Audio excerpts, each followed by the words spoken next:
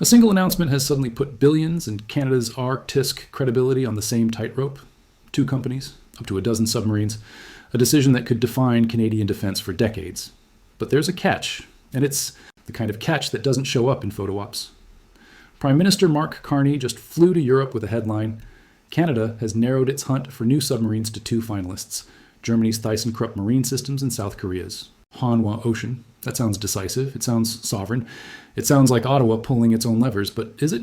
What if the real choice isn't which hull looks best, but whether those boats can even plug into the networks that keep NATO from falling apart? Short sentences here. This is big. This is costly. This is technical. And it's political. Why it matters.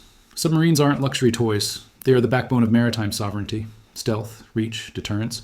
Canada wants ships that work in the Arctic year-round across 3 coasts. That means endurance, sensors, and the ability to talk to allies. That last part, compatibility, is the part most easy to forget when cameras flash. Carney's stops in Kiel and Latvia were scripted to show partnership and resolve. There were handshakes, plant tours, and a promise to keep Canada's shipyards involved.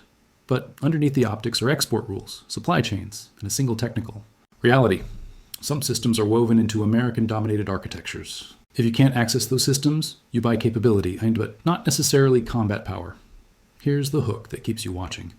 Later in this series, I'll pull one specific technical requirement out of the paperwork. The requirements that could turn a $20 billion splurge into a fleet that's hard to integrate with allies. It's the detail most politicians don't want in headlines. It's also the detail that will determine whether this procurement is independence or expensive isolation. Quick question for you before we go deeper. If forced to choose, would you prioritize faster delivery, lower price, or seamless NATO? Integration? Drop your pick below. So here's where the tension really starts. On paper, Canada has 2 strong contenders. Both Germany's TKMS and South Korea's Hanwha Ocean can build world-class submarines. Both have export success stories. Both are willing to sweeten the deal with domestic industrial participation. But neither can sidestep the question that lurks beneath the surface. Will these boats actually work inside NATO's command, control, and weapons networks without Washington's green light? Think about it. Submarines aren't just steel tubes with engines. They're nodes in a massive invisible web. Signals intelligence, encrypted communications, weapons integration, sonar, libraries, targeting data. Most of that web is run by U.S. systems. Without access, Canada could field a submarine that sails proudly under its own flag but struggles to coordinate in real combat. It's like showing up to a Formula One race with a car that looks fast but can't refuel in the pit lane, and that's why insiders are nervous. Germany has long experience working within NATO frameworks, but even their exports rely on U.S. subsystems when deployed in alliance operations. South Korea has expanded its defense exports rapidly, yet much of that growth has depended on interoperability deals.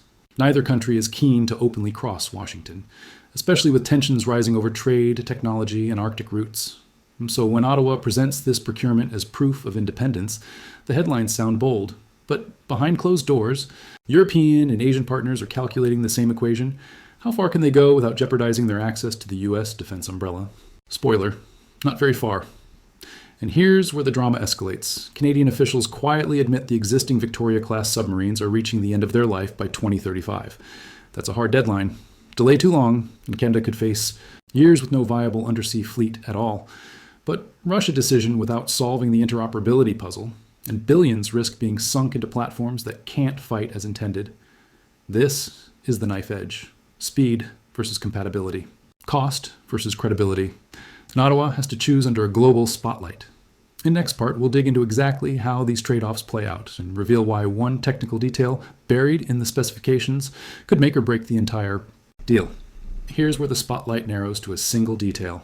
Hidden inside the technical specifications of this procurement is the issue that could quietly sink the entire program: combat system integration. That means the sensors, weapons control, and communication software that tie a submarine into NATO's common operating picture. Without it, a Canadian sub could patrol silently, but be deaf and blind to its allies. Why is this so critical? Because submarine warfare isn't just about lurking under the waves. It's about coordinated deterrence.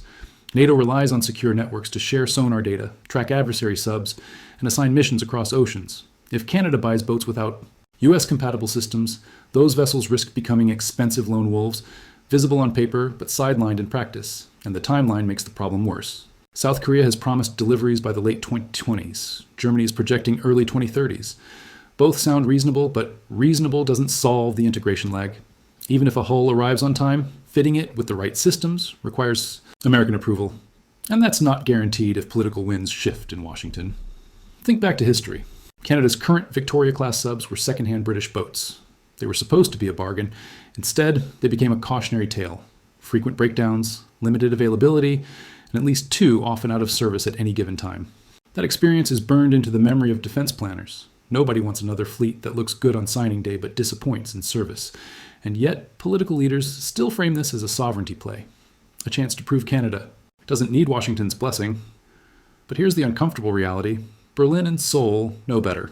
Their defense industries depend heavily on U.S. goodwill. They can talk tough in press conferences, but when it comes to the actual technology transfers, the line is clear. No NATO partner will risk losing access to American systems for the sake of one contract in Ottawa. That leaves Canada trapped between the need to project strength at home and the reality of dependency abroad. And the closer we look, the more fragile that balance becomes. The headlines flipped faster than Ottawa expected.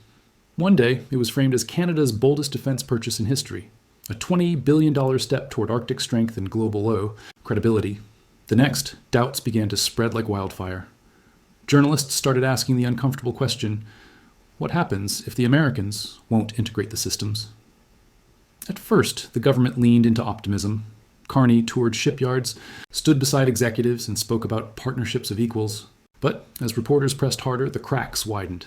Editorials shifted tone. Instead of praising a new chapter in sovereignty, they warned of a looming procurement quagmire. Technical uncertainties, delivery risks, and cost escalations began to dominate coverage. Inside the military, frustration was already simmering. Naval planners leaked concerns that, without U.S. integration, the submarines could never achieve full combat readiness. Imagine spending tens of billions only to end up with boats that can't be used in joint NATO missions. That's not independence, that's strategic isolation.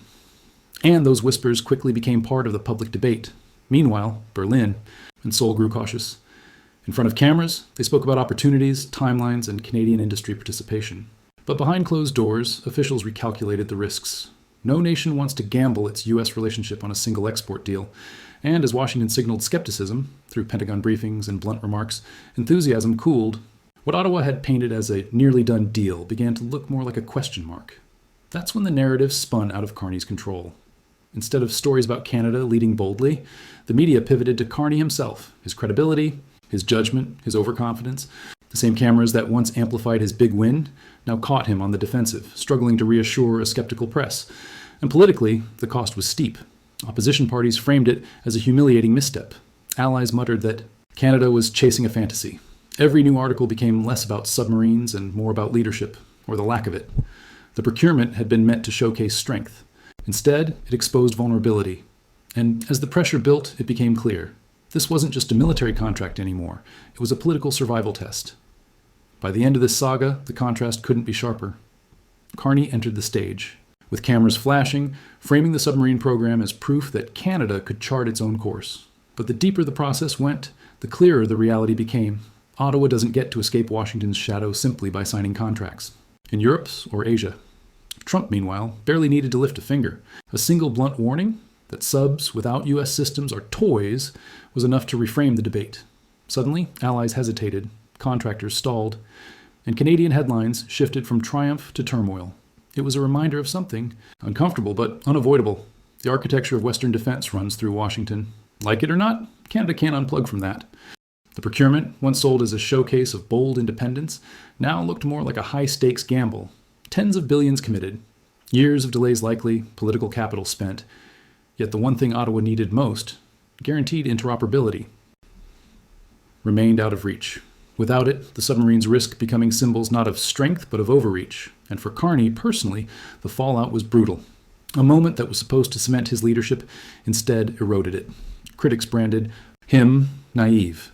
Allies whispered he had overplayed his hand. Even supporters struggled to defend a program so tangled in uncertainty. The humiliation wasn't in the ambition itself, but in the gap between the promise and the power to deliver. For Trump, it was another demonstration of leverage. Without long speeches or elaborate maneuvers, he showed that American approval remains the deciding factor in any NATO nation's military purchases.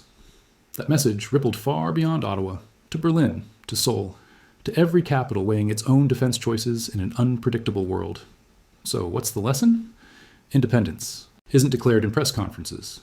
It's built through capability, credibility, and cooperation that others can rely on. For Canada, the submarine deal revealed how much work remains to get there, and that leaves us with a question for you. Should Canada keep pushing ahead, even at the risk of costly isolation, or should it slow down and align more tightly with Washington to guarantee results? Share your thoughts below, because this debate is only beginning.